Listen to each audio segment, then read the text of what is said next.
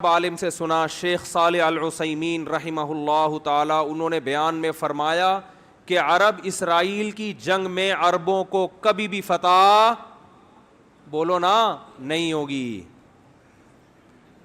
اسلام کسی قوم کے ساتھ خاص نہیں ہے، یہ تو عربوں میں اب عصبیت پیدا ہو گئی ہے۔ خلافت عثمانیہ کا جب خاتمہ ہوا نا تو وہ عربیت کی بیس پہ ہوا، اسلام کی بیس پہ نہیں، کیونکہ اسلام کی بیس پہ اس خلافت کو ختم کرنا ممکن نہیں تھا۔ کیا ہو گیا بھائی اسلام کی بیس پہ خلافت عثمانیہ سے بغاوت کا کوئی تک بنتا نہیں تھا کہ بھائی اسلام تو بغاوت کو حرام کہتا ہے حکومت کے خلاف۔ نبی صلی اللہ علیہ وسلم نے فرمایا مسلمانوں کا جب کوئی خلیفہ ہو اس کے خلاف جو بھی کھڑا ہو، صحیح مسلم کی حدیث ہے، اسے قتل کر دو کائن من کان، جو بھی ہو، کتنا نیک، چاہے عربی ہو، چاہے اجمی ہو، چاہے بودھ، کیسا ہی ہو، مسلمانوں کا اتحاد پارا پارا نہیں ہونا چاہیے۔ تو اگر وہ اس بیس پہ خلافت کا خاتمہ ہوتا کہ یہ اسلامی خلافت ہے تو کوئی بھی ساتھ نہیں دیتا۔ خاتمہ انگریز نے جو کروایا، جو بعض عرب، سب عرب اس میں شامل نہیں تھے، بعض عربوں کو یہ بتایا کہ تم عرب ہو اور حکومت تم پہ کون کر رہے ہیں؟ ترکی تمہارا باپ کیوں بنا ہوا ہے؟ ٹھیک ہے نا، ترکی حرمین کا محافظ کیوں ہے؟ اسلام تو تمہارا ہے، ترکوں کا تھوڑی ہے۔ حالانکہ 800 سال ترکوں نے اسلام کی قیادت کی ہے، کوئی کم نہیں ہے یہ۔ 800 سال، جس کو انگریز بھی عظیم عثمانیین کہتا ہے، گریٹ عثمانیین، انگریز بھی کہتا ہے عظیم خلافت۔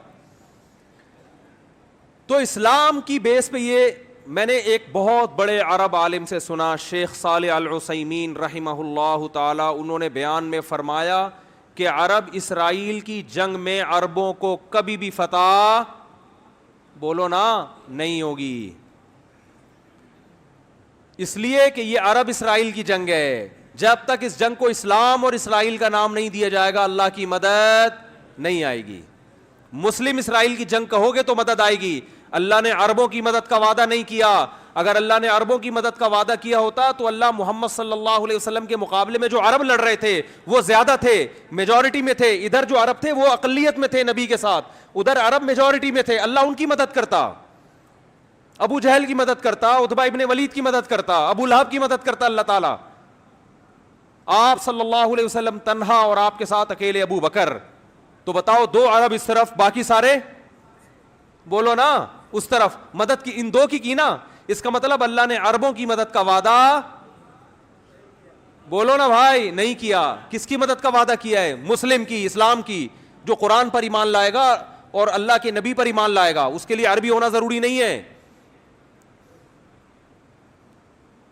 تو اسلام کی جو دعوت ہے وہ کسی قوم کے ساتھ خاص نہیں ہے۔ مجھے وہ حدیث بڑی پیاری لگتی ہے، حضرت سلمان فارسی رضی اللہ تعالی عنہ، جو فارس کے تھے، پرشین تھے، فارسی بولتے تھے، جب ایران پر مسلمانوں نے حملہ کیا ہے، حضرت عثمان کا دور تھا غالباً، حملہ کہاں ہو رہا ہے؟ ایران پر، اور حملہ کرنے والے بڑے بڑے صحابہ، بڑے عشرہ مبشرہ میں بھی اکثریت اس جنگ میں موجود، کمانڈ کرنے والے سلمان فارسی۔ نہیں آ رہی بات؟ حملہ کس پہ کر رہے ہیں؟ اپنے ملک پہ۔ کس پر؟ ایران پر۔ صحابہ نے آپ سے اجازت مانگی کہ آپ ہمیں اجازت دیں ہم اٹیک کریں۔ آپ نے فرمایا نہیں، میں نے رسول اللہ صلی اللہ علیہ وسلم سے یہ فرماتے ہوئے سنا ہے کہ جب تک اسلام کی دعوت نہ دے دو اس وقت تک حملہ کرنے کی اجازت نہیں ہے۔ تو حضرت سلمان فارسی اپنی قوم پر حملہ کس کے خلاف ہو رہا ہے؟ بولو نا یار، کیا ہو گیا بھائی؟ بولنے میں کوئی پابند نہیں ہے تو میں بھی تو چیخ رہا ہوں نا، تھوڑا سا آپ چیخ لیں۔ اپنی قوم کے خلاف لڑائی، تو لڑائی سے پہلے اپنی قوم کے پاس دعوت لے کر گئے۔ دعوت کا انداز دیکھیں، جب بھی اسلام کی دعوت دی جاتی ہے تو انداز یہ ہوتا ہے بھائی ہم سب تم کو ایک خدا کی طرف دعوت دیتے ہیں، آؤ اسلام پہ تحقیق کرو، یہ دین برحق ہے، یہ تھا نا؟ نا نا نا نا نا، یہ انداز نہیں۔ اس وقت جو اسلام کی سب سے بڑی خوبی تھی نا اس کو ہائی لائٹ کیا کہ اس کے بعد بھی اگر اسلام سمجھ میں نہیں آ رہا تو پھر تمہاری سمجھ میں نہیں آئے گا۔ وہ خوبی یہ ہے کہ یا اہل فارس، اے اہل فارس، انا رجل منکم، میں تمہاری قوم کا آدمی ہوں. تمہیں پتہ ہے کہ عربوں میں عصبیت کوٹ کوٹ کے بھری ہوئی ہے. عرب کے علاوہ کسی کو برداشت نہیں، اپنے سے جیسا کسی کو نہیں سمجھتے. مجھے عرب نے نہ صرف یہ کہ عزت دی ہے اپنے جیسا، بلکہ اپنے سے برتر مجھے کمانڈر بنا دیا. عرب کی قیادت کس کے ہاتھ میں ہے؟ کمانڈر کون ہے؟ میں ہوں. یا اہل فارس، اے اہل فارس، انا رجل منکم، تمہاری قوم کا آدمی ہوں. ترون العرب یطیعوننی، چھوٹی موٹی قوم میری فرما برداری نہیں کر رہی. عرب کو دیکھ رہے ہو کہ تم میری کمانڈ کے تحت لڑ رہے ہیں. کیا انداز، خاندانی انداز تھا یا نہیں دعوت کا؟ آج اگر یہ چیز عربوں میں پیدا ہو جائے تو دنیا کا نقشہ بدل جائے گا. عرب کی عراق پر جب حملہ ہوا تو بعض عربوں نے نعرہ لگایا کہ کسی دوسرے عرب ملک پر ہم حملہ برداشت نہیں کریں گے. کاش وہ یہ کہہ دیتے کہ کسی دوسرے اسلامی ملک پر ہم حملہ برداشت،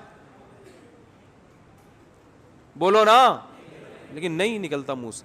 عرب تو بھئی عربوں کی تو مدد کہیں بھی نہیں قرآن میں لکھی ہوئی کہ اللہ کہتے ہیں میں عربوں سے محبت کرتا ہوں. ایک آیت بھی ہمیں ایسی نہیں ملی. یہ جو حدیث ہے کہ عربوں سے محبت کرو اس لیے کہ قرآن عربی، حدیث من گھڑت ہے.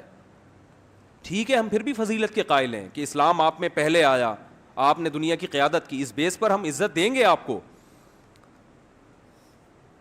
لیکن اللہ کی طرف سے مدد اس بیس پہ نہیں آئی. جب بنو عباس کی خلافت کا، اسلام میں 2 خلافتیں عربوں کی آئی ہیں اور تیسری خلافت اجمیوں کی. بنو امیہ کی خلافت ختم، پھر بنو عباس کی خلافت جب ختم ہوئی تھی اسلام تباہ ہونے والا تھا، لیکن ترک کھڑے ہوئے اور اللہ نے ان کے ذریعے اسلام کو دوبارہ زندہ کیا. اور یورپ کی آنکھوں میں آنکھیں ڈال کے بات کرتے تھے. اس وقت بیت المقدس محفوظ تھا. ترک خلیفہ سے اسرائیل نے بیت المقدس کی تھوڑی سی زمین مانگی تھی. ترک خلیفہ نے کہا تھا کہ مٹی لے جانے کی بھی اجازت نہیں ہے. زمین تو دور کی بات، یہاں سے مٹی شاپر میں ڈال کے لے جانے کی بھی اجازت نہیں. اس وقت ہم اس قابل تھے کہ آنکھوں میں آنکھیں ڈال کے بات کرتے، اس لیے کہ اس وقت یہ جنگ عرب اسرائیل نہیں تھی بلکہ مسلم اور، بولو نا بھائی، اسرائیل. لوگ کہتے ہیں عرب جو ہے نا اسرائیل کو تسلیم کر رہے ہیں، تو بھائی کرنے دو. عربیت کی بیس پہ کر رہے ہیں، اسلام کی بیس پہ نہیں ہوگا. پاکستان اسلام کے نام پہ بنا ہے، عربیت کے نام پہ نہیں بنا. اس لیے پاکستان ابھی تک اسرائیل کو تسلیم نہیں کر رہا ہے اور انشاءاللہ نہیں کرے گا. اور اگر حکمران کرنے کی کوشش کریں گے تو ہم کرنے نہیں دیں گے انشاءاللہ. بیس اسلام ہے.